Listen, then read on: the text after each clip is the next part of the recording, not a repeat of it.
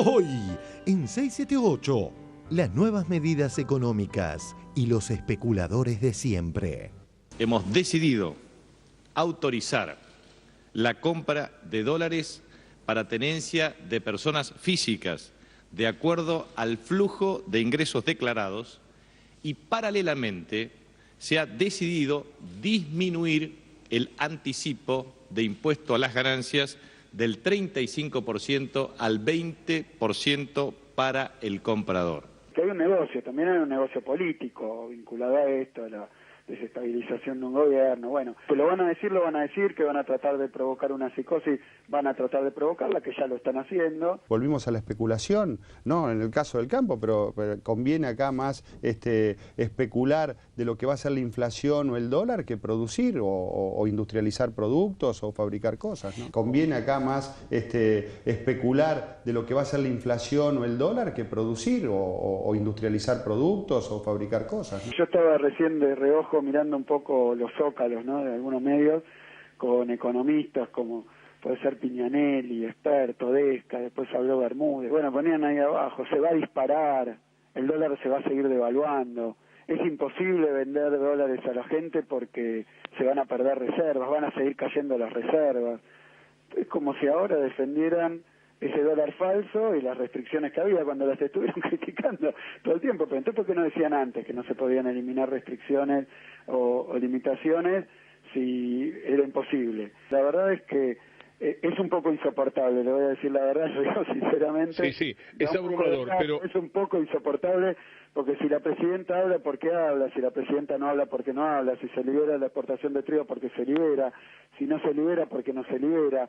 La verdad es que ya caen en una contradicción permanente que no es una contradicción normal como podemos tener todos. Es una contradicción porque sirven a otros intereses, son mentirosos. Y este domingo nos visita el ministro de Economía, Axel Kicillof. Aldo Piñanelli, que no es precisamente kirchnerista, le paró el carro a un tirabombas. Aldo Piñanelli es economista, fue presidente del Banco Central. Hay dos posibilidades: que el dólar suba y que el Banco Central trate de que no pase los 8, pero con una gran pérdida de reservas. ¿Qué es lo que puede pasar hoy a partir de esta comunicación? No va a pasar nada. Esta comunicación en el mercado no tiene ninguna incidencia. Usted sabe que las reservas netas, ¿en cuánto están? ¿En 17, 16? No, 26.000 millones. ¿Las netas? Sí.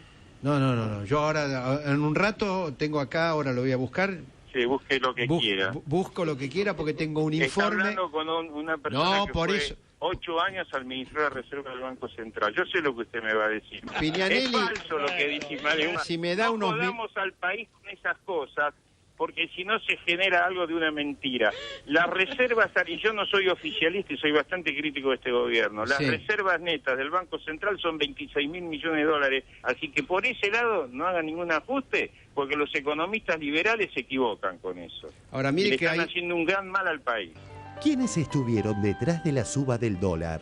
Ayer se reveló una operación que marca cómo funciona esto. El mercado había arrancado en 7 pesos con 15, estoy hablando del mercado mayorista, el mercado interbancario que se le llama. Había empezado a subir paulatinamente durante la mañana, hacia el mediodía había llegado a 7.30, 7.35 y aparece en las pantallas del sistema integrado que tienen los bancos una oferta de compra de dólares que la pone el HSBC y dice, tengo un comprador por 3,5 millones de dólares que paga 8 pesos con 40. Es decir, cuando el mercado estaba a 7.30, dice, tengo un comprador que paga 8 pesos con 40. Que haya un valor en el mercado y haya alguien que ofrezca pagar más de lo que pide el mercado, es rara, ¿no? Es rara la operación. ¿Cuál es el objetivo de esto? El objetivo era decir, si el dólar está a 7.30, lo acelero y lo pongo a 8.40. Pago un sobreprecio por esto, que es lo que hizo Shell, pero marco el precio del mercado. Por favor, a los funcionarios. Shell es una empresa multinacional a nivel mundial, pero está en la Argentina.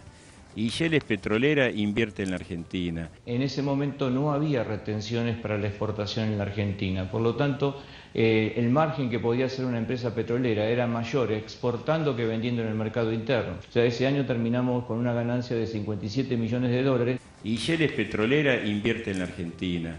Déjense de inventar historia. En un ratito, 678 sigue con su sección El relevamiento de precios de cada día.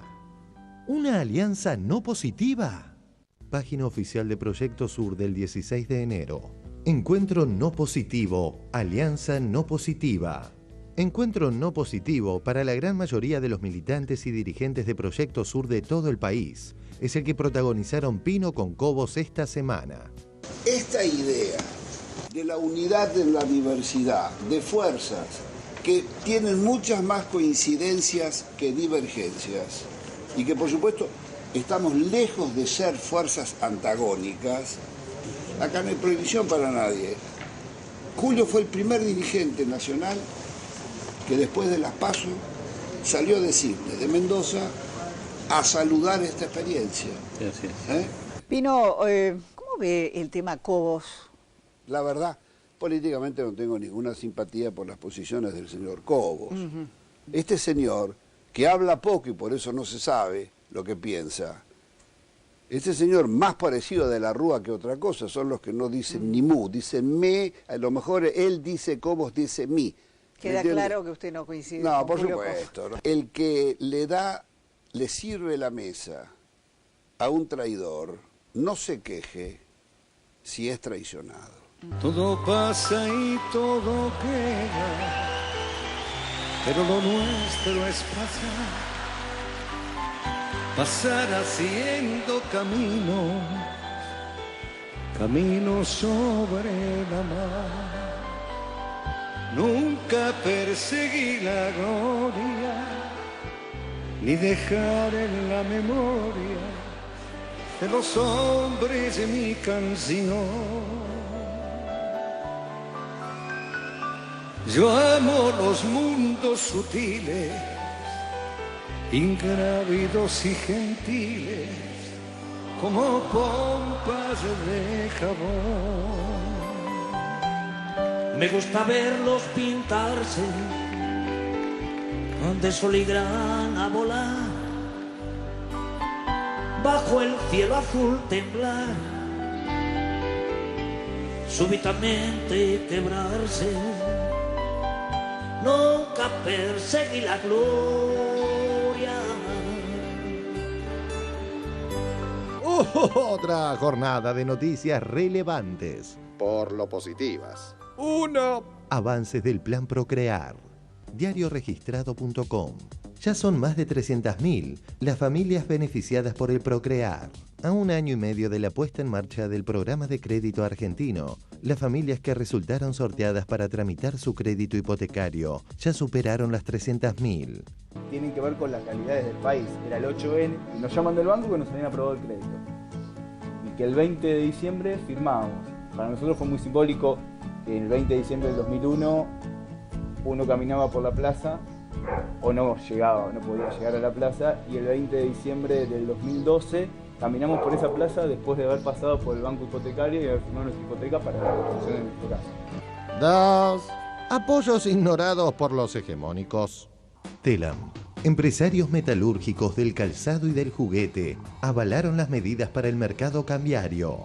La Asociación de Industriales Metalúrgicos ADIMRA, la Cámara de la Industria del Calzado y la Cámara de la Industria del Juguete manifestaron su apoyo a las nuevas medidas tomadas por el gobierno en el sector cambiario.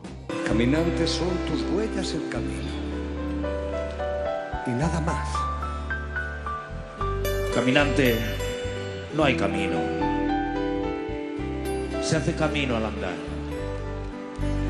Al andar se hace camino y al volver la vista atrás se ve la senda que nunca se ha de volver a pisar. Caminante, no hay camino, sino estelas en la mar. Sale del barril 678. Un programa que creció sin querer queriendo. Bueno, si quieren lo echamos a la suerte. ¿Eso sí? A ver, digan un número. ¿Un número? 6, 7, 8. Gané, tú perdiste. Le había dicho 9. Hace algún tiempo en ese lugar, entre los bosques se visten de espino, se oyó la voz de un poeta gritar.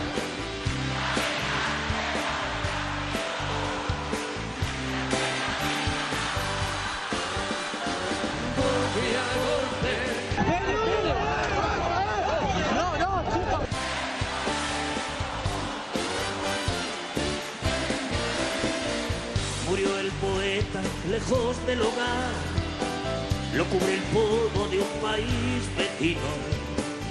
Al alejarse lo vieron llorar.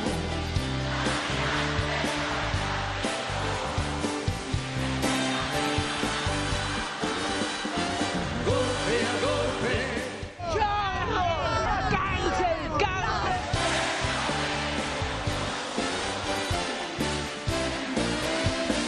Cuando el jilguero no puede cantar, cuando el poeta empezó peregrino, cuando de nada nos sirve rezar.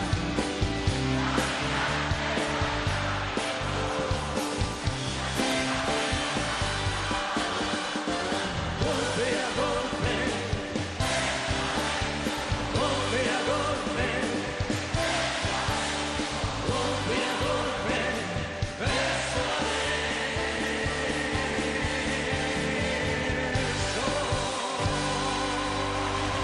Algún tiempo en ese lugar, antiguos dos que se visten de espía, se ve la voz de un poeta. Compatriotas de la patria grande, bienvenidos a otra emisión de 678, el aniversario del asesinato del emperador Calígula. Después les contaré por qué. Buenas noches, compañeros.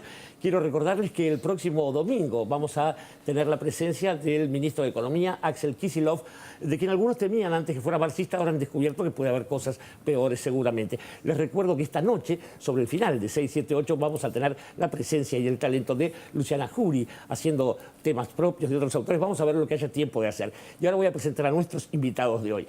Voy a empezar por un querido amigo, como es Carlos Heller. Bienvenido, Carlos. ¿Qué tal? Buenas noches. Carlos Heller es un hombre con más o menos 45 años de gestión, no necesariamente estatal, ciertamente es un pionero de la actividad cooperativa. En el año 79, cuando se fundó el Credit Corp, fue gerente general hasta que se convirtió en presidente desde el año 2005. Fue durante una década vicepresidente de Boquita, señoras y señores, y es diputado con mandato renovado. Agua a la boca. Ay, la boca. Está muy bien que vosotros lo digáis. Está muy bien que vosotros lo digáis. Y es diputado por el Frente Nuevo Encuentro. Bienvenido, Carlos. Es un placer tenerte por aquí. Gracias. Y tengo a un joven ciertamente, peligroso para algunas disputas, como ha demostrado en varios debates. Estoy hablando del joven Federico Bernal. Bienvenido, Federico. Bueno, nadie es perfecto, por supuesto. Quiero decir que, además de ser bioquímico, es biotecnólogo, Bernal, esta gente que hace trabajar a las bacterias, a los genes y a quien se le ponga enfrente.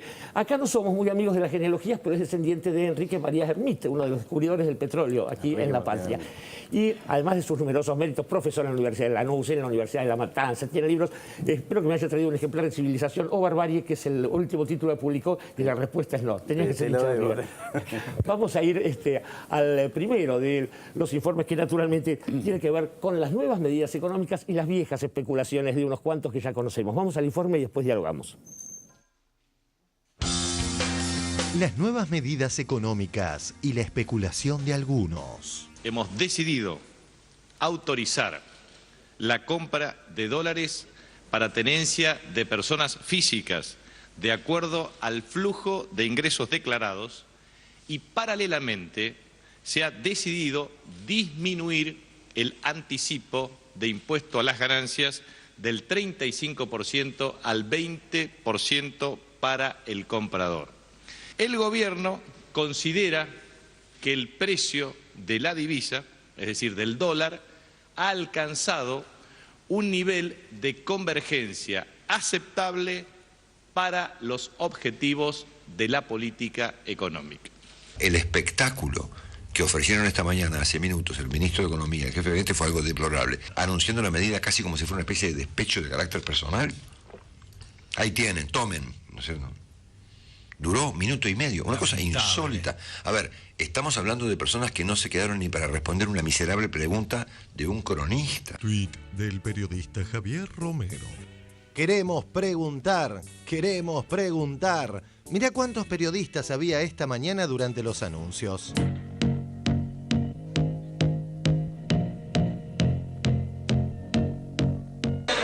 Miren, los mismos que nos dijeron durante 10 años que el dólar valía 1 peso, son los que hoy nos quieren convencer de que vale 13. Así que saquen sus propias conclusiones. Muchas gracias. Es cierto, los mismos que durante 10 años dijeron que el valor del dólar era $1, hoy están tratando de convencer a todo el mundo de que el valor del dólar es 13. Ahora la cotización está a 7.99, ¿no? Pero si marcan una operación a 8.40 y se ponen de acuerdo para ir subiéndolo, le ponen un titular en los diarios y van generando una psicosis, ¿no? Ayer sorpresivamente la cotización estaba en 7.20 también con operaciones normales y alrededor de las 12:20 de la tarde el dólar estaba cotizando 7.20 en el mercado y hubo un pedido de compra de dólares por 8.40, que después terminó que quien había pedido iba a pagar 8.70, fue Shell, ¿no? Sí. Es como que yo entro a una verdulería y el tomate está a 12 pesos y yo diga, yo quiero comprar por 40. No, pero está a 12, no, yo quiero comprar por 40. Después salga a decir, es insólito que el tomate esté a 40. Obviamente hay intereses muy claros. Ahí fue un pedido por $3,5 millones de dólares de la compañía Shell, cursada por un banco extranjero, que pretendió, bueno, poner el dólar a 8.40. Al mismo tiempo que el aparato propagandístico opositor estaban agitando que bueno, que el país se caía.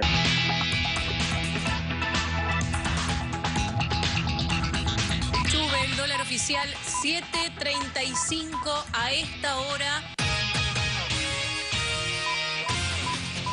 Bueno, arrancamos este noticiero hablando de la escalada del dólar oficial que no se detiene. El dólar oficial pasando la barrera de los 8. El dólar oficial a esta hora está cotizando a 8 pesos en el tipo vendedor y el dólar paralelo a 12 pesos con 65. Sin freno para el dólar oficial que llegó a cerrar hoy a 8 pesos, a pesar de que durante el día el Banco Nación llegó a vender a 8 pesos 40. Fuerte suba del dólar oficial. Reiteramos, cerró a 8 pesos el dólar oficial. 13 pesos con 10 es el valor del dólar blue. Y 8 pesos es el cierre del dólar oficial. Porque hay un negocio, también hay un negocio político vinculado a esto, a la desestabilización de un gobierno. Bueno, que lo van a decir, que van a tratar de provocar una psicosis, van a tratar de provocarla, que ya lo están haciendo. Volvimos a la especulación, no en el caso del campo, pero conviene acá más especular de lo que va a ser la inflación o el dólar que producir o industrializar productos o fabricar cosas, ¿no? Conviene acá más especular de lo que va a ser la inflación o el dólar que producir o industrializar productos o fabricar cosas, ¿no? Echeverri dijo que es mejor especular que vender en este momento. Por eso digo, hay quienes quieren inducir esto con otros motivos, con otras finalidades, para precipitar que el dólar se vaya a 13, para generar caída de reservas, y después van y dicen, qué desastre, el dólar está a 13 y hay caída de reservas.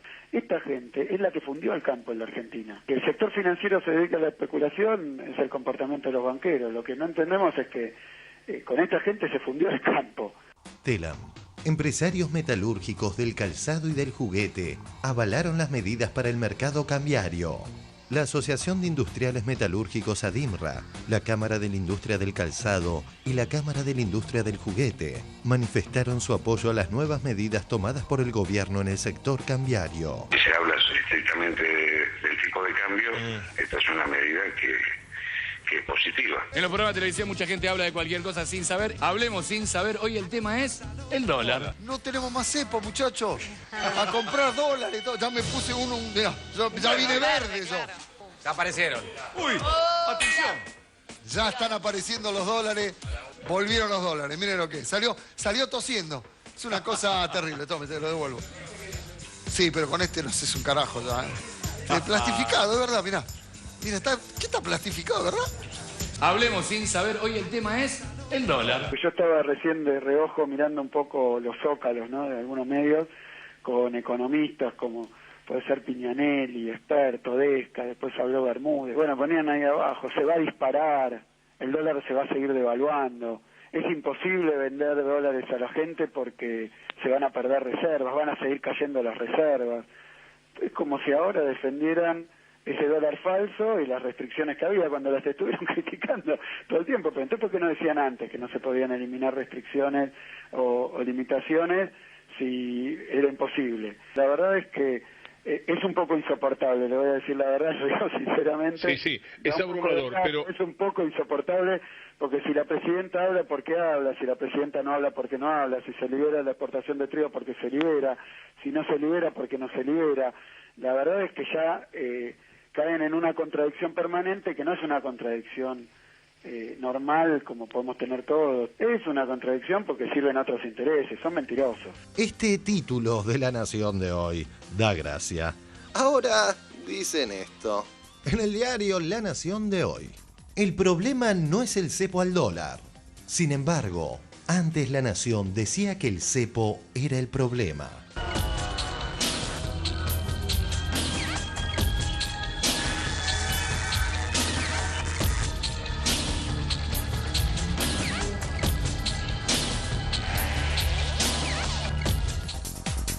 En el diario La Nación de hoy. El problema no es el cepo al dólar. La verdad es que ya caen en una contradicción permanente, que no es una contradicción normal como podemos tener todos. Es una contradicción porque sirven a otros intereses, son mentirosos. Y ayer varias cadenas de electrodomésticos, de la construcción, etcétera, etcétera, mostraron su beta especulativa. Nótese que muchos de los productos cuyos precios aumentaron o que directamente ni tienen el precio son de producción nacional. Y aunque fueran importados, no se justifica la medida porque son productos que ya tienen en stock. Anoche entramos a algunas páginas de distintas marcas para ver sus productos y precios, y esto fue lo que pasó. Página oficial de Rodó para ver los precios de algún producto. No. Página no encontrada. Entramos en Musimundo. Te pedimos disculpas, el sitio se encuentra en mantenimiento. A ver, Frávega.com para comprar algún producto. No. Sitio en mantenimiento. Probamos con Easy a ver si podían. No. Lo sentimos, estamos trabajando para ofrecer el mejor servicio. Tweet de bestseller. Nótese cómo Frávega y Garbarino especulan y han escondido los precios de todo. Tweet de María 13M Cristina. Anoche, sobrina que trabaja en Frávega, cambiando precios de todo LED 55 pulgadas de 26.000 pesos a 31.600 pesos. Tweet de Federico Aikawa. Empleados de Garbarino retirando los precios de los celulares en un local. Tweet de Enrique Martínez Luque. Alto Noa Shopping de Salta. En Garbarino preparan nuevos precios. Los cambiaron recién. No querían que saque la foto. Si alguien nos dice que por haber movimiento en el tipo de cambio oficial esto se va inmediatamente en la misma proporción a los precios, lo va a tener que demostrar. La verdad que no es así, es mentira desde todo punto de vista. Como siempre, quien salió a aprovechar políticamente la situación fue el jefe de gobierno porteño, quien montó un show llamando a su equipo económico de emergencia con la presencia estelar de Patricia Bullrich. Y hoy el mayor problema que tenemos es que hoy por hoy se han tomado medidas que nadie sabe cómo van a funcionar el día lunes. ¿Por qué cree que las cámaras empresariales salieron a respaldar esta medida?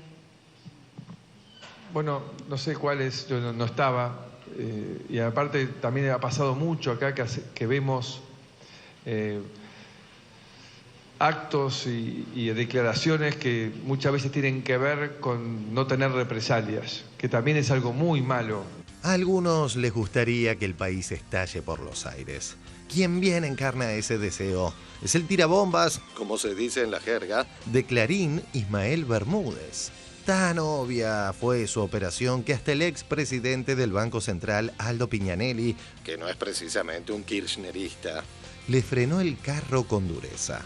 Aldo Piñanelli es economista, fue presidente del Banco Central. Hay dos posibilidades: que el dólar suba y que el Banco Central trate de que no pase los 8, pero con una gran pérdida de reservas. ¿Qué es lo que puede pasar hoy a partir de esta comunicación? No va a pasar nada. Esta comunicación en el mercado no tiene ninguna incidencia. Usted sabe que las reservas netas, ¿en cuánto están? ¿En 17, 16? No, 26.000 millones. ¿Las netas? Sí. No. Yo ahora, en un rato, tengo acá, ahora lo voy a buscar. Sí, busque lo que quiera. Busco lo que quiera porque tengo un informe. Está hablando con una persona No, por eso. 8 años administró la Reserva del Banco Central. Yo sé lo que usted me va a decir. Piñanelli, es falso lo que dice Mario. Si me da no unos jodamos al país con esas cosas, porque si no se genera algo de una mentira. Las reservas, y yo no soy oficialista y soy bastante crítico de este gobierno, las reservas netas del Banco Central son 26.000 millones de dólares, así que por ese lado no hagan ningún ajuste, porque los economistas liberales se equivocan con eso. Ahora mire le que están haciendo un gran mal al país.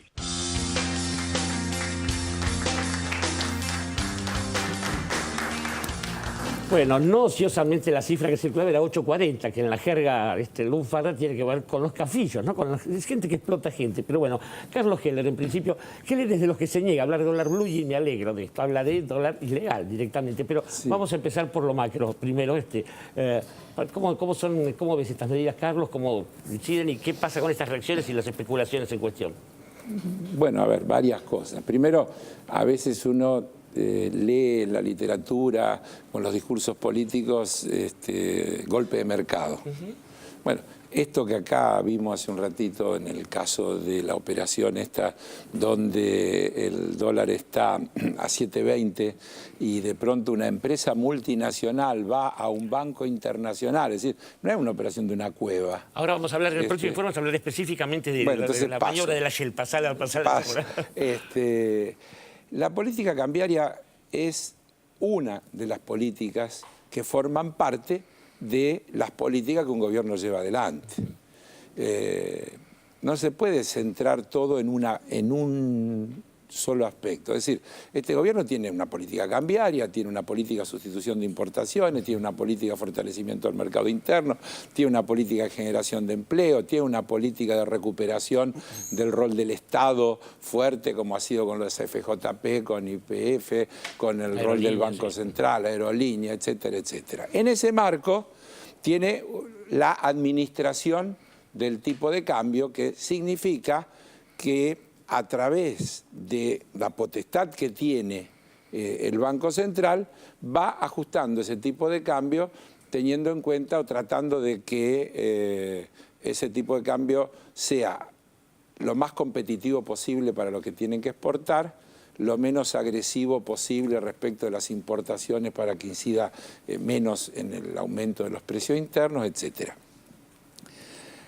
Creo que por una serie de factores se podría decir que ese parámetro quedó tal vez un poco atrasado, sobre todo respecto de la competitividad de las economías regionales.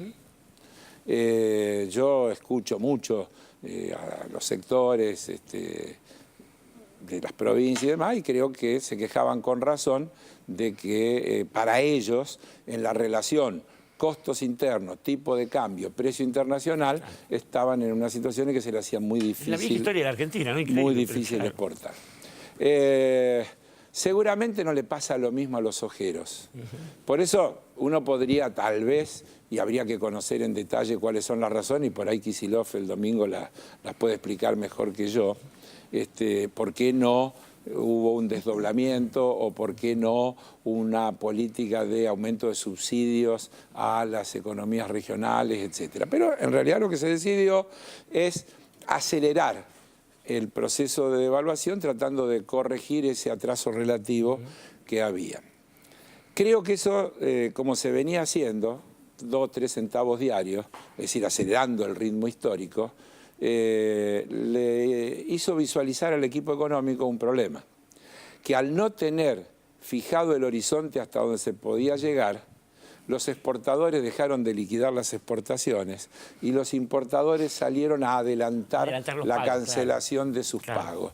Con lo cual se genera una tensión, digamos, innecesaria sobre las reservas del Banco Central. Entonces creo que se tomó la decisión de dar un salto de una sola vez y poner un valor que, en mi idea, será un valor que se volverá a sostener. Es decir, no es que se saltó a 8 para después pasar a 9 o para después pasar a 9.50.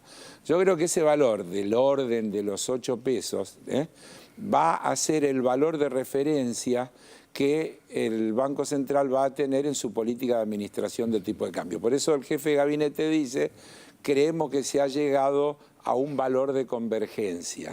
¿Cuál es ese valor de convergencia? Un valor que hace que las exportaciones argentinas sean competitivas. Y entiende que en cuanto a los precios internos, en realidad ya están influidos por la expectativa de la devaluación que iba a venir, que es lo que todos estos economistas que ahora critican han estado diciendo, que antes del acuerdo de precios las cosas ya habían aumentado por lo que iba a pasar. Por lo tanto, no tendría por qué tener mayor incidencia ese ajuste sobre los precios en función de la influencia de los insumos importados.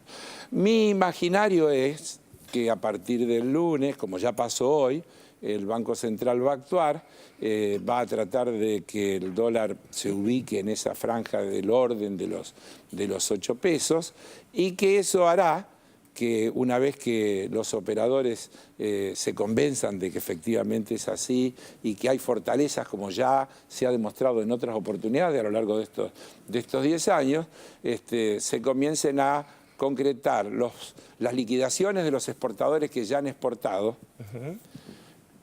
que quiero decir de paso que según la información que yo tengo, incluso hay exportadores que ya deberían haber liquidado y están incumpliendo los plazos legales para liquidar las exportaciones ya realizadas en la especulación de una mayor devaluación, pero tal vez también resulte en un incentivo para que esos 10 o 11 millones de toneladas de soja que están guardados en silos bolsa, finalmente dejen de ser una reserva de valor de los productores y se conviertan en divisas que pasen a enriquecer el cuadro de divisas que tiene el país. Para eso es necesario que esos productores se convenzan que ya no les conviene seguir financiándose tomando crédito en peso y pagando una tasa de interés del X%, el 20 y tanto o el 30%, en un dólar que ya durante un buen periodo va a hacer la plancha y no va a tener mayores variaciones. Eso es, creo, lo fundamental. A eso hay que agregarle la habilitación para volver a atesorar dólares, que a mí me parece que hay que ponerlo también en la expectativa, porque yo he visto el jueguito ya mediático y vamos todos a comprar dólares también, pero hay que ver exactamente lo que dijo el jefe de gabinete. Yo no tengo otra información que esa, pero él dijo, vamos a permitir que de acuerdo al flujo de ingresos declarados, legales de las personas, una porción de ese flujo pueda ser destinado a atesorar en dólares. Lo voy a decir más claro. Esto no quiere decir que el señor que tiene un plazo fijo de 100.000 pesos puede ir el lunes y decir quiero cambiar este plazo fijo de 100.000 pesos y comprar dólares por esto.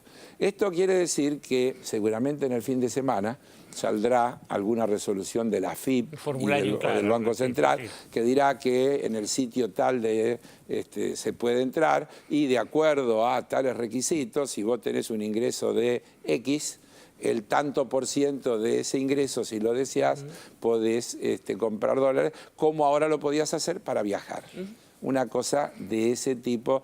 Creo que lo que se va a agregar básicamente es el rubro atesoramiento a lo que hoy tenés posibilitado, por ejemplo, para viajar, para turismo. Me parece que por ahí viene la cosa y creo que habría que ubicarlo allí. Pero en el fondo, y termino, es parte de la batalla por llevar adelante una política cuyos ejes principales son la inclusión, la generación de empleo. Por eso, la medida que se anunció hace 48 horas, ¿no es cierto?, que es una medida, el plan Progresar, porque hay que poner todo en el marco de una política o de un modelo o de un proyecto. ¿Qué es ese elemento? Un paso más de justicia distributiva, pero también un elemento de dinamización de mercado interno, porque se va a estar volcando 10.000 millones de pesos, 1,5 millones de personas, 600 pesos por mes, más de 10.000 millones de pesos que van a ir totalmente al consumo, es decir, el gobierno sigue dando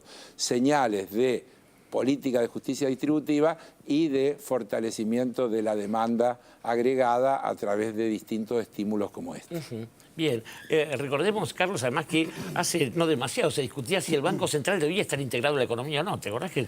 Bueno, no, ya de eso hablamos muchas veces. Desde luego, para los liberales, el Banco Central es la república del Banco Central. Claro, totalmente. La famosa independencia de los bancos centrales es uno de los ejes ideológicos del consenso de Washington, porque en realidad nadie es independiente. No, El asunto es de quién se depende. Si no dependés del gobierno elegido por la voluntad popular, dependés del Fondo Monetario, dependés de los grandes bancos que te imponen las reglas. Siempre de alguien se depende. No hay nadie absolutamente independiente y libre. Ciertamente. Federico Bernal, estaba pensando en la forma en que solés inscribir, porque además Federico dirige el Observatorio para el Estudio de la Energía, la Tecnología y la Infraestructura para el Desarrollo. Yo creo que es interesante ver en esa perspectiva, en la perspectiva macro de la política, del modelo, cómo se inscribe esto y por qué las críticas y, bueno, a dónde apuntan esas críticas, ¿no? Sí, primero, a ver, una digresión al paso. Me llama la atención el parecido de Ismael Bermúdez con Jorge Altamira. Bueno, son hermanos. Sí, sí. Y digo esto como introducción porque hoy el Partido Obrero publicó un artículo que se llama, solo leo el título, llegó el Rodrigazo. Esta es la alternativa al socialismo y al mundo obrero, como le llaman ellos, o una Argentina obrera con sede en TN, ¿no? La lectura de la Corte Internacional es que esto es el Rodrigazo. El socialismo con sede en TN hace algo así como Lenin, como si Lenin hubiera tenido, para ser muy benévolo, Lenin hubiera tenido su salón de operaciones en el Palacio de Invierno. Creo que siempre hay que mencionar y no perder de vista al puño izquierdo del neoliberalismo en la Argentina y en América Latina. Eso por un lado. A mí me gustaría concentrarme con dos ejemplos en lo que manifestó el ministro de Economía en cuanto a que a quienes están operando, los que están detrás de todo este golpe de mercado, como decía Carlos, un golpe económico, parte del proyecto desestabilizador que comenzó fundamentalmente en 2008 con la crisis de la 125, el ministro lo señaló como los que nos quisieron hacer creer que el valor del peso en la década del 90, se refiere a la década del 90, era 1 a 1. Entonces, yo tengo dos ejemplos que de hecho lo sucede en un artículo que publicó en Tiempo Argentino. Primero, uno de estos personajes, de estos exponentes, operadores, punteros de mercado, que habría que, ya empezar a denunciar. Acá tengo el privilegio de estar acá con un legislador del campo nacional popular y sería bueno que, así como hace Carrió, que tanto la criticamos por reaccionaria, porque, bueno, por todo lo que ya sabemos, más su insanidad política, ¿no? Siempre claro. Me refiero a lo político, no la voy a hacer la gran Nelson Castro. Pero la señora tiene el coraje de denunciar y es hora que nosotros también denunciemos. Denunciemos a estos vendepatria, a estos que fundieron el campo, como dijo el ministro, pero también fundieron al país. Entonces, acá tenemos a Daniel Artana, que hace pocos días escribió en ámbito financiero, lo que pasó en ámbito financiero escribe mucho también el socialismo de Altamira, y escribió el 14 de este mes. Hace casi 3 décadas, Fiel publicó un libro titulado como esta nota, El estatismo y el ajuste imprescindible. Luego de hacer un diagnóstico de cada área de políticas públicas, se incluyeron propuestas de reforma del Estado ambiciosas para la época, que incluían, entre otras, privatizaciones, reducción del gasto para lograr un equilibrio presupuestario, apertura de la economía y desregulación. Luego de algo más de una década de un populismo extremo, el gobierno que asuma a finales de 2015 enfrentará un desafío similar al de finales de la década del 80. Esto por un lado, y después, cortito, más abajo, casi al final, dice: mal que le pese al populista que llevan adentro casi todos los políticos argentinos, no hay escapatoria para reducir el peso del Estado en la economía. Reducir el peso del Estado en la economía porque ellos quieren volver a lo que fue esa década del 90, que fue una Argentina semicolonial o colonial, donde no se justifica un Estado, realmente no se justifica un Estado, en un país nacional, soberano, popular y con verdadera democracia. No como la que volvió en el 83, sino como la que volvió en el 2003. Y eso lo ligo con este libro, que en realidad se lo traje a Edgardo porque la vez pasada traje un libro de Dollarization de Federico Sturzenegger, donde proponía guías para dolarizar a la América Latina y la Argentina, y este es un libro de Dornbusch, que publicó en el 91, en inglés, leo traduciendo, la macroeconomía del populismo en América Latina. 1991. Acá escriben Sturzenegger. Hay un comentario de Guido Di Tella sobre el artículo de Sturzenegger. Roque Fernández, el exministro también, presidente del Banco Central, creo que hasta el 96, me parece que fue, y después asumió como ministro de Economía. Bueno, y otros tantos patriotas de América Latina. Dornbusch, ¿quién fue? Aquel que propuso en el 2002 que la Argentina ceda el control de su economía y de sus finanzas a un grupo de notables extranjeros en Washington. Es decir, algo como que ceda la capital, Alfonsín Poroto, que ceda la capital, ¿no? Que mude la capital del país a Washington directamente. Porque lo mismo, una colonia. En esa semicolonia tampoco se justifica tener la capital. Ya con esto cierro. Un aporte a eso. En esa época, Sturzenegger proponía privatizar el Banco de la Nación y privatizar la recaudación impositiva. Bueno, iba justamente a eso. Bueno, nombre coherente. Iba justamente a eso. Este señor propone, acá, CEL de Banco Nación. Claro. CEL de Banco Nación. Entonces es Dornbusch, este es el equipo de operadores de mercado que deben ser denunciados de una buena vez por haber estafado al pueblo argentino, por haber vendido la patria como la vendieron, la remataron, en realidad la regalaron en la década del 90. Fundieron al campo, sí, fundieron al país. Y estos son los personajes que están detrás, hoy por hoy, que se escudan de estos golpes de mercado, que además, y con esto cierro, tienen a un exponente que yo no creo que sea casualidad, que Aranguren sea además el CEO de una empresa europea, colonialista, imperialista, y que además nos tiene invadidos y ocupados. Corona holandesa y británica. Exactamente. También. Más que una empresa multinacional, me gusta llamarlo, es una empresa anglo-holandesa. Monárquica. Es una empresa anglo-holandesa. Ciertamente. Iba a decir que en la suma de esas críticas también hay gente del ámbito parlamentario como Alfonso Prat-Gay, ¿no es cierto?, que también salió a criticar esto, pero hablando directamente mal del ministro de Economía. Sandra Russo. Sí, yo me pensaba, bueno, evidentemente el gobierno este año está siendo atacado por diferentes frentes, ¿no? Venimos uno atrás del otro. ¿Y los otros años? Sí, pero... totalmente, pero continuidad y este año, claro. Me parece que la embestida, desde que empezó este mes, y desde diciembre, estos últimos 2 meses, es más fuerte, más descarada. Me parece que están con una cosa más descarada. Y pensaba, el gobierno está haciendo esto para defenderse, evidentemente. Pensaba, ayer hubo, no sé el número preciso de operativos en cuevas. 29 creo que fue. 29 operativos. Pensaba también que eso debería continuar, no lo habíamos visto antes, no habíamos visto esa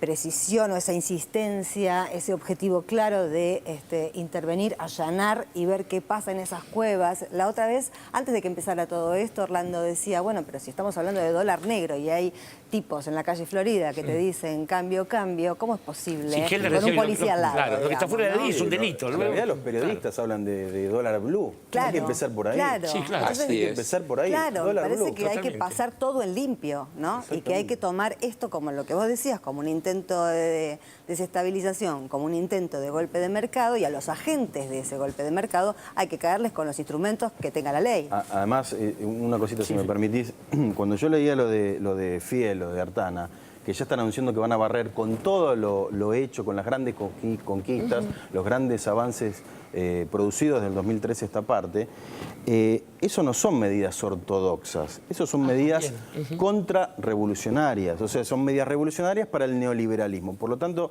yo creo que, sobre todo en el caso de las cerealeras, donde estamos hablando de, ahora están especulando con cerca de 6.000 millones de dólares, fue la cifra que dio el ministro hoy, que además hunde sus raíces la renta agraria en la cuestión nacional y resuelta en la Argentina.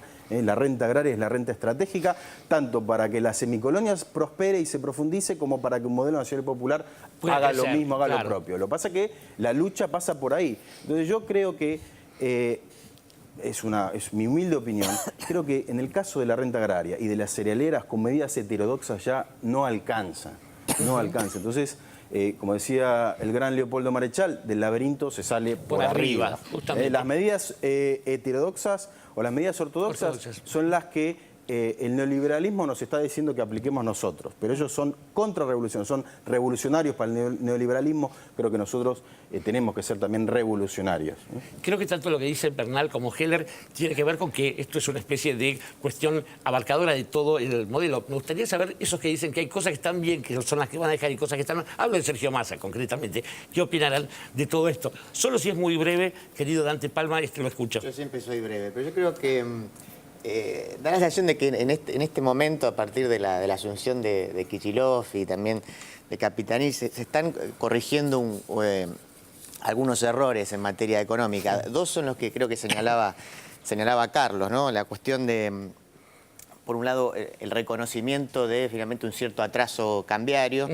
Nobleza obliga, esa era una crítica liberal, ¿sí? y que muchas veces acá hemos discutido eso. Sí, y me parece que en este caso el gobierno ha reconocido eso con esta acción. Después otra cuestión es que finalmente la lógica de la devaluación a cuentagotas generaba lo que planteaba bien él, eso no servía. Y después, digamos, yo agregaría, me parece que también la cuestión del dólar ilegal era algo que no se tomó en cuenta, digamos, que finalmente fue muy efectiva la gran operación mediática, instaló ese dólar ilegal como referencia, destruyó el mercado inmobiliario, como habíamos charlado la otra vez, entre otras cosas, y eso el gobierno no lo pudo tomar en cuenta. Y yo agregaría una cuarta cuestión, que me parece que es la que va a venir ahora en febrero, que es la modificación del índice del INDEC. Me parece que con esas correcciones lo que viene puede ser mejor. No va a ser suficiente para algunos, me parece. No, Vamos a ir al segundo informe de 678, que tiene que ver con esta cuestión del dólar y la maniobra de Shell, que se fue a la misma. Digo, de algún pariente en todo caso. Vamos al informe 678 y seguimos discutiendo con Carlos Heller y Federico Bernal. El dólar y la maniobra de Shell. Ayer se reveló una operación que Shell que marca cómo funciona esto. El mercado había arrancado en 7 pesos con 15, estoy hablando del mercado mayorista, el mercado interbancario que se le llama. Había empezado a subir paulatinamente durante la mañana, hacia el mediodía había llegado a 7.30, 7.35 y aparece en las pantallas del sistema integrado que tienen los bancos una oferta de compra de dólares que la pone el HSBC y dice, tengo un comprador por 3,5 millones de dólares que paga 8 pesos con 40. Es decir, cuando el mercado estaba a 7.30, dice, tengo un comprador que paga 8 pesos con 40. Que haya un valor en el mercado y haya alguien que ofrezca pagar más de lo que pide el mercado, es rara, ¿no? Es rara la operación. ¿Por qué el HSBC, ante una operación tan atractiva como alguien que paga 8 pesos con 40, en vez de venderle ellos de sus propios dólares, la sacó al mercado? Obviamente la operación era extrañísima desde todo punto de vista. Después de esta se hicieron 2 operaciones más inmediatamente por el mismo valor. Esto fue el Citibank y el banco francés. ¿Cuál es el objetivo de esto? El objetivo era decir, si el dólar está a 7.30, lo acelero y lo pongo a 8.40. Pago un sobreprecio por esto, que es lo que hizo Shell, pero marco el precio del mercado. Es decir, esto se dice, ¿qué hicieron con eso? Marcaron precio. Obviamente, cuando descubren esta operación, esta extraña operación que se salía totalmente de cómo estaba funcionando el mercado, el Banco Central pide al HSBC, que es el que pone la operación en pantalla, y dice, infórmeme de qué se trata esta operación. Es una compra de dólares de 3,5 millones de dólares por parte de la empresa Shell. ¿Y por qué ese precio? Porque el comprador me pidió que pusiéramos ese precio en pantalla. El comprador. O sea que Shell es el que impone el precio en pantalla. Lo que no explicó el HSBC porque no se lo vendieron ellos, salvo que Shell le haya impuesto al HSBC que esa compra se hiciera a través de pantalla, a través del mercado abierto y no directamente con la misma empresa. Rarísima la operación, lo único que queda en claro es que acá hubo una maniobra de absoluto interés para tratar de marcar un precio. La cifra que compró Aranguren, ¿pueden mover el amperímetro? No, bueno, lo que pasa es que estos mercados, como son mercados sumamente maleables, digamos seriamente las cosas, son mercados sometidos a procesos de especulación. Y en eso, cuando se marca un precio alto y se hace público, como depende mucho de las expectativas también, puede ser que se piense que está a ese nivel. En el diario Tiempo Argentino de hoy, Aranguren, el representante de Shell en la Argentina, es un general apasionado del libre mercado y jamás ha compartido la política económica del gobierno, que propugnan una mayor intervención del Estado. Se puede dar batalla a la política del apriete en la medida de que todos podamos cumplir religiosamente con nuestras obligaciones y hacer respetar puntillosamente nuestros derechos, el destino estará solamente en nuestras manos. En 2006, el Ejecutivo sancionó a Shell por primera vez con la ley de abastecimiento, cuando le impuso a la petrolera anglo-holandesa 23 multas de 1 millón de pesos, el máximo previsto, por desabastecer al mercado en octubre y noviembre de ese año. En ese momento no había retenciones para la exportación en la Argentina, por lo tanto, el margen que podía hacer una empresa petrolera era mayor exportando que vendiendo en el mercado interno. O sea, ese año terminamos con una ganancia de 57 millones de dólares. Sus pares lo votaron como CEO del año en el premio que entrega el diario El Cronista, y la revista Fortuna le dio en 2011 el galardón a la mejor empresa petrolera. Una adivinanza. ¿De qué lado se puso el grupo Clarín? ¿De los intereses de la mayoría de los argentinos o de la multinacional anglo-holandesa? En el diario Clarín de hoy, el gobierno operó para culpar a un empresario. Y acusando al presidente de la compañía Shell de ser el culpable de lo que pasaba ayer. Una cosa. Bárbaro. Una cosa. Bárbaro. Desde el gobierno se intentó responsabilizar a un empresario por la suba del dólar. Por favor, a los funcionarios. Shell es una empresa multinacional a nivel mundial, pero está en la Argentina. Y Shell es petrolera, invierte en la Argentina. En ese momento no había retenciones para la exportación en la Argentina, por lo tanto, el margen que podía hacer una empresa petrolera era mayor exportando que vendiendo en el mercado interno. O sea, ese año terminamos con una ganancia de 57 millones de dólares. Y Shell es petrolera, invierte en la Argentina. Déjense de inventar historia. Ayer se acusó de toda esta corrida de ayer a la gente de Shell por haber comprado. Hubo una desmentida parte de Shell, pero desmentida por llamarla de una forma, de Juan José Aranguren, el presidente de Shell. En diálogo telefónico con Clarín, Aranguren desmintió anoche terminantemente la acusación. Teníamos que pagar importaciones por $3.561.000 y girar $1 millón en dividendos a la casa matriz, aprobados por el Banco Central de la República Argentina. A su vez, Shell ingresó divisas por sus exportaciones por $3 millones. La diferencia, $1.561.000, fueron comprados a 8 pesos con 70 por el HSBC, el único banco con el que opera Shell. Lo que no explica por qué ese valor cuando el mercado estaba cotizando un peso o poco más de un peso más abajo. Es decir, ¿por qué pagó un sobreprecio de prácticamente algo así como 4 millones de pesos por la operación? Realmente muy gravosa para la empresa. Si yo fuera accionista de Shell estaría preocupado por este tipo de directivos que hacen este tipo de operaciones pagando más caro lo que en ese momento todo el mundo sabe que vale más barato. Hay maniobras, hay muchas maniobras y muchísima presión sobre el gobierno para que acelerar esta devaluación.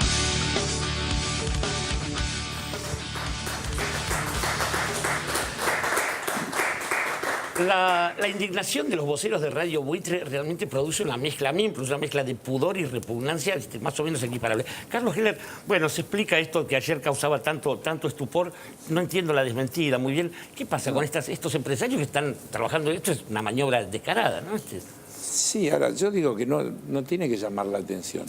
Porque hay un tema que es de fondo y que tiene que ver con, digamos, la colisión de intereses entre lo público no solo lo estatal, lo público, lo que es de todos, y lo privado, lo que es de algunos.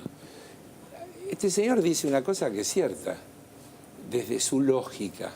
El objeto de Shell es ganar la mayor cantidad de plata posible. Claro. Entonces, si le conviene exportar, porque es más negocio exportar, exporta, aunque deje sin este producto a la Argentina.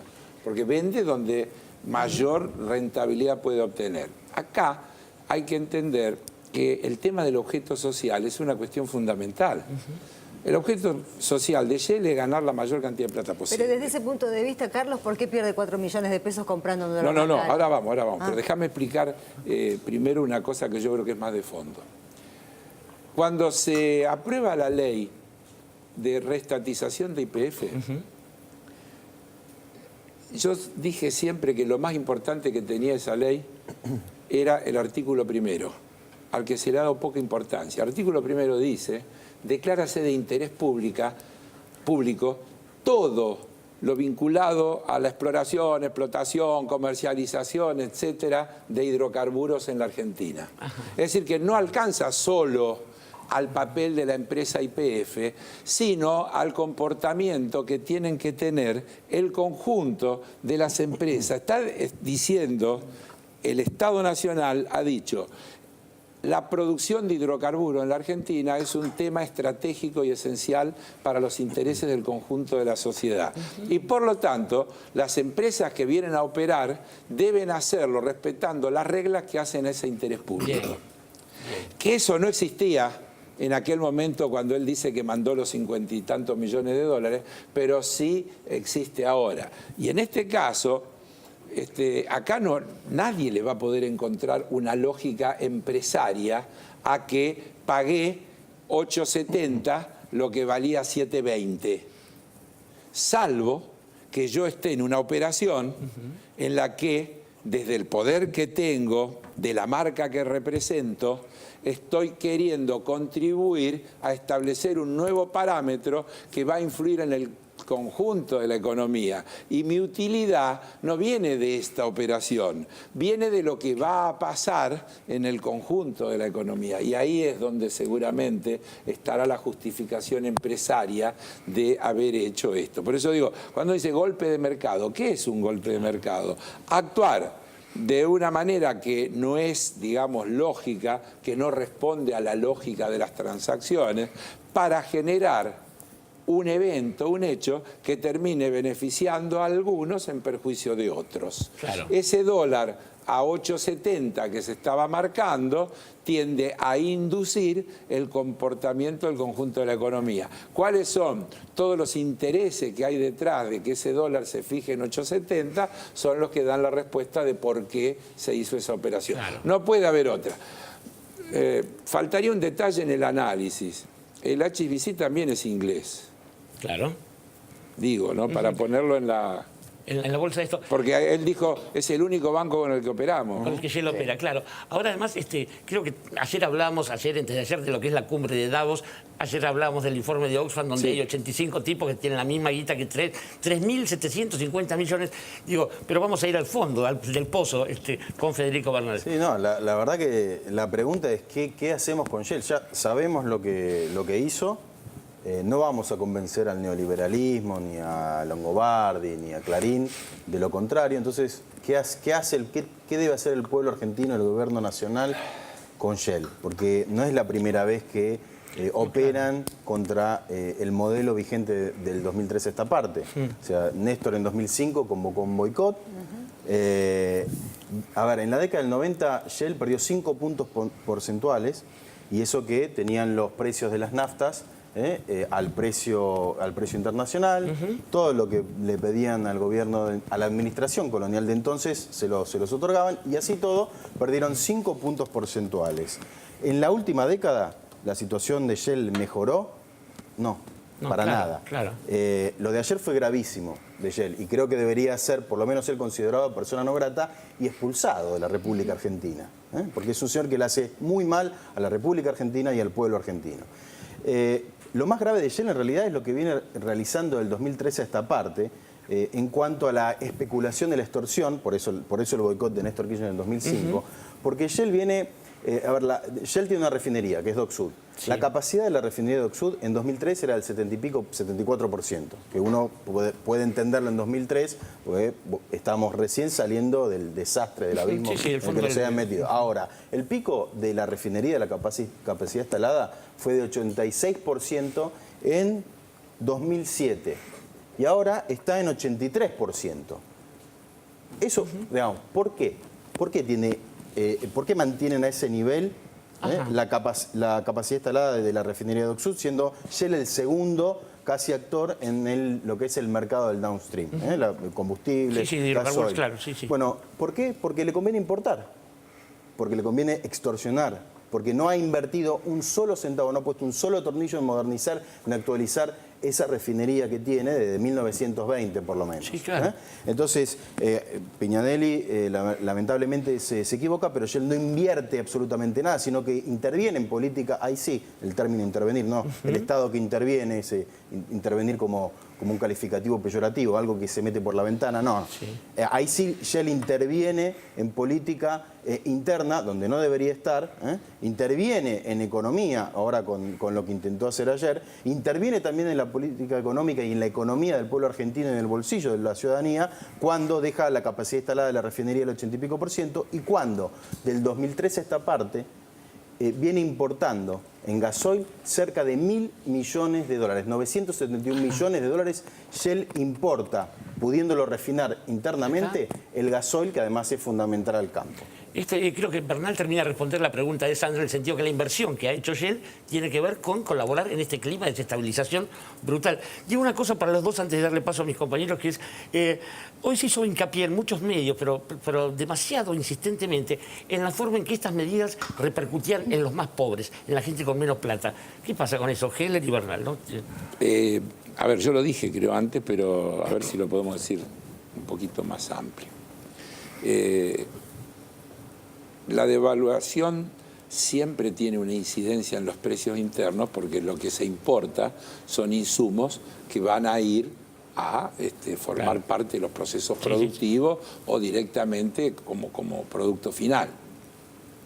Lo que yo digo es que de verdad en este caso el gobierno, el Ministerio de Economía, tiene que hacer un riguroso seguimiento en la política, sobre todo de precios cuidados, para que los empresarios expliquen la verdadera incidencia que tiene, porque me da la impresión que esos aumentos ya fueron incurridos sobre la base de la expectativa devaluatoria. Y con una expectativa devaluatoria incluso mucho más allá de 8. Sí, sí, claro. Mucho más allá de 8. Con esas inducciones de 8,70 y con otra serie de cosas. Y por lo tanto, tendrán que explicar. El sistema que se ha acordado, un sistema de revisión trimestral, donde en la cadena de valor, los distintos integrantes de la cadena de valor tienen derecho, y está bien, a decir, mire, me varió este costo, claro, yo no lo puedo absorber o en tal proporción lo tengo que trasladar.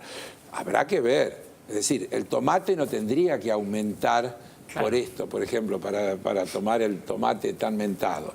Pero probablemente alguna cuestión que lleva insumos importados, alguien puede decir, mire, nosotros tenemos un 25% de incidencia de los insumos importados. Para ojo, eso no quiere decir entonces que el precio sube el 25%. Claro. El 25%, entonces si hay una variación del tipo de cambio de X, ¿cuánto es lo que influye en el precio final, claro, ¿cuánto del les cuesta producto? A ellos el ¿Y cuánto claro, ya influyó? ¿Cuánto vale ese producto hoy más que lo que valía hace 60 o 90 días?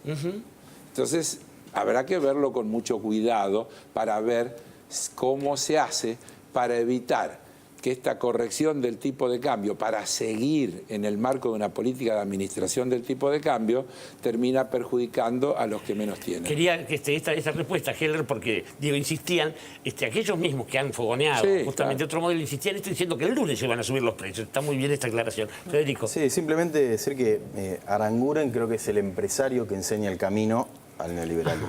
Y este es el título textual de El Cronista, 8/11/2013.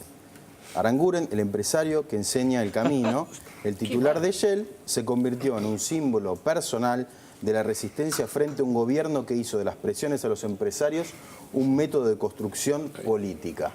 Entonces, esto es Aranguren, esto es Aranguren. ¿De cuándo es la nota de Federico? 8/11/2013. Genial. Esto es Aranguren. Entonces, lo que habría que hacer, yo creo que es emular a Churchill. Emular. Se murió un día como hoy, digo. ¿Ah, sí? Sí, bueno, rendamos tributo a Churchill, que quiso estatizar Shell, no pudo. Sí, señor. Emulemos a Churchill. Sí, señor. Julio, sí, Carlos. Hay que hacer un esfuerzo bárbaro para emular a Churchill. Sí, no me dan los pulmones. Yo digo, no, por eso aclaro específicamente en esta cuestión, ¿no? Pero está bien, porque en eso siempre repetimos, del mismo modo que a Rockefeller alguna vez el gobierno del primer Roosevelt le paró el carro, ni siquiera el capital del capitalismo. Yo creo que lo que hay que convencerse es que hay que avanzar en las políticas de regulación estatal. Hoy yo creo que Bernal decía bien, con el tema del campo, está la famosa experiencia de las juntas reguladoras, es decir, que protejan a los pequeños productores, que le den un precio sostén, que eviten las maniobras especulativas.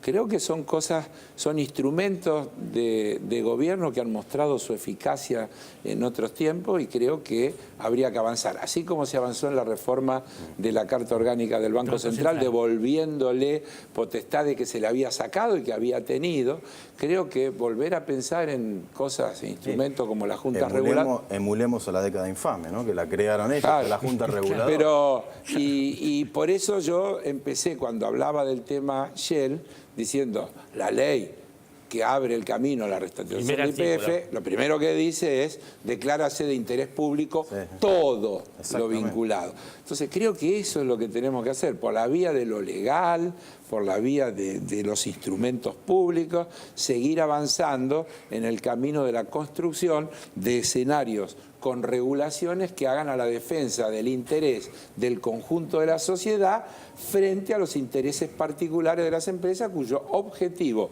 asumido, declarado absolutamente es obtener la máxima rentabilidad posible. Y si a eso no le pones regulaciones, terminan los 85 versus los 3.500.